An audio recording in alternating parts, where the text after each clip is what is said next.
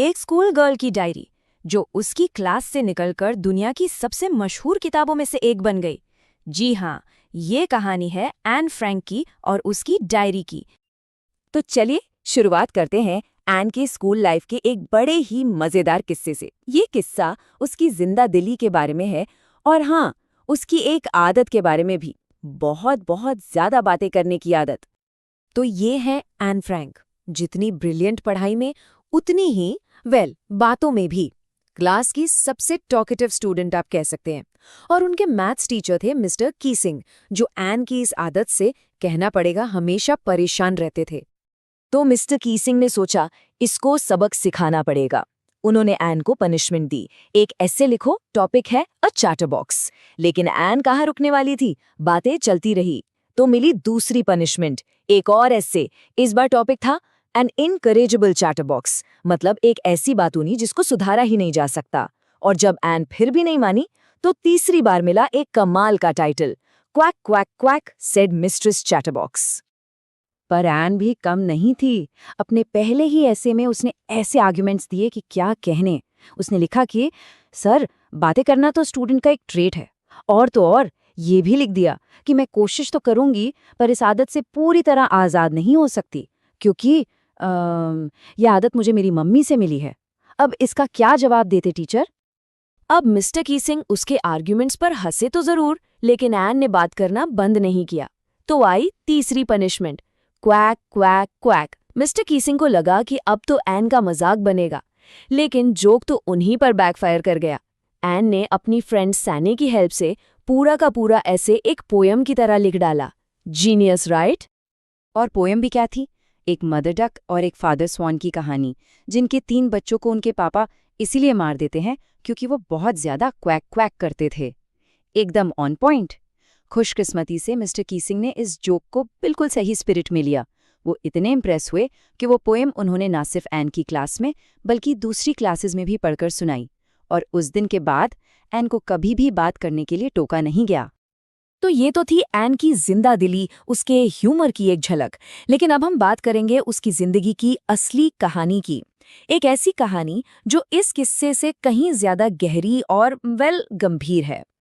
सवाल ये है कि ये जिंदा दिल लड़की जिसके पास इतना क्लेवर ह्यूमर और इतनी हिम्मत थी, आखिर थी कौन? ये टाइमलाइन देखिए। 1929 जर्मनी में पैदा हुई।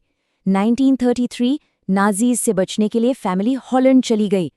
जुलाई 1942 छुपने पर मजबूर हो गए और 1945 में बर्गन बेल्सन कॉन्सेंट्रेशन कैंप में उनकी मौत हो गई, सिर्फ 15 साल की उम्र में।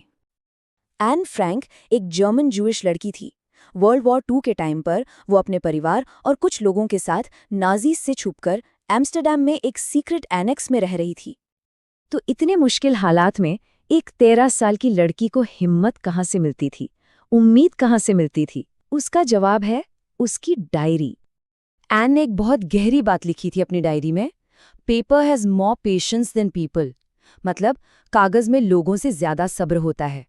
सोच के देखिए, एक छोटी सी लाइन पर कितना कुछ कह जाती है उसके अकेलेपन के बारे में। और इसकी वजह वो खुद बताती है। वो लिखती है, मेरा कोई दोस्त नहीं है। ऐसा नहीं था कि लोग नहीं थे, एक प्यार करने वाली फैमिली थी, 30 के आसपास लोग थे जिन्हें वो दोस्त कह सकती थी, लेकिन वो एक सच्चा दोस्त चाहती थी, कोई ऐसा जिसे वो अपना हमराज बना सके, जिसके साथ दिल की हर बात, हर डर, हर सपना शेयर कर सके। और इसलिए उसने अपनी डायरी को ही अपना वो सच्चा दोस्त बना लिया। एक नाम भी दिया उसे, किटी। वो डायरी को बस एक रिकॉर्ड बुक की तरह नहीं देखती थी, वो किटी से ऐसे बात करना चाहती थी जैसे सच में अपनी सबसे अच्छी दोस्त से कर रही हो, अपने सारे सीक्रेट्स उसके साथ शेयर करती थी। दुख की बात है कि एन तो नहीं बच पाई, लेकिन उसकी दोस्त किटी, वो बच गई। और इसी डायरी ने एन फ्रैंक को हमेशा के लिए अमर कर दिया। चलिए देखते हैं इस डायरी की लेगेसी क्या है। वॉर खत्म होने के बाद उस सीक्रेट एनेक्स में छुपने वाले लोगों में से सिर्फ एन के पिता ऑटो फ्रैंक ही जिंदा बचे। जब वो एम्स्टर्डम लौटे तो उन्हें एन की डायरी मिली और उसे पढ़कर उन्हें एहसास हुआ कि ये सिर्फ एक डायरी नहीं है, ये एक बेहद जरूरी डॉक्यूमेंट है। तभी उन्होंने इसे पब्लिश करवाने का फैसला किया। और इसके बाद जो हुआ वो हिस्ट्री है। ये डायरी दुनिया की सबसे ज्यादा पढ़ी जाने वाली किताबों में से एक बन गई। कई लैंग्वेजेस में ट्रांसलेट हुई। इस पर फिल्में बनी, प्लेज बने। बेसिकली इस डायरी ने दुनिया को दरवाजे के पीछे से एक आम लड़की की आंखों से नाजी जुल्म की असलियत दिखाई। और एन फ्रैंक हॉलोकास्ट के सबसे जानी मानी विक्टिम्स में से एक बन गई। तो आखिर में सवाल यही उठता है, इतने साल बीत गए, पर एक 13 साल की लड़की की आवाज में आखिर ऐसा क्या है कि वो आज भी पूरी दुनिया को हिलाकर रख देती है? क्यों उसकी कहानी आज भी इतनी रेलेवेंट है?